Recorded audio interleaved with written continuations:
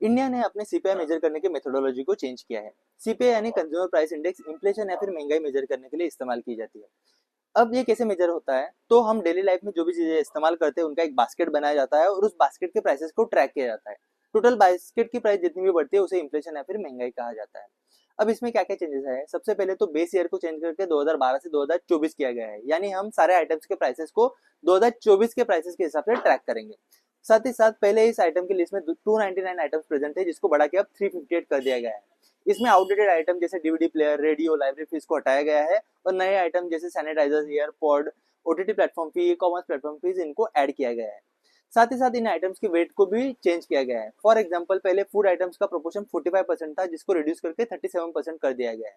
ये एक welcome change है, क्योंकि जैसे जैसे देश अमीर होते जाता है वैसे टोटल खर्चे का फूड पे जो खर्चा हो रहा है वो प्रोपोर्शन कम होते जाता है, तो अकॉर्डिंगली उसको इंडेक्स में भी रिफ्लेक्ट कराना जरूरी था। इसके अलावा फूड के प्राइसेस जनरली बहुत ज्यादा नहीं बढ़ते, लेकिन बाकी चीजों के प्राइसेस बढ़ रहे थे।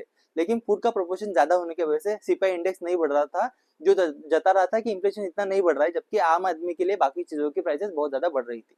तो अब से ये अवॉइड हो सकता है। इसके अलावा ट्रांसपोर्टेशन, कम्युनिकेशन, पर्सनल केयर वाले आइटम्स का भी वेटेज बढ़ाया गया है, जो हमारे करंट लाइफ साइकिल से अलाइन कर रहा है।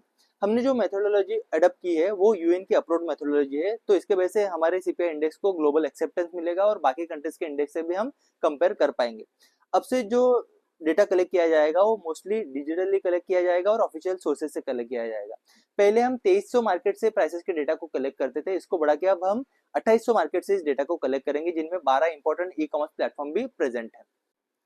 सो ओवरऑल इन सारे चेंजेस की वजह से हमारा सीपीआई इंडेक्स एक्चुअल महंगाई को ज्यादा एक्यूरेटली रिप्रेजेंट करेगा।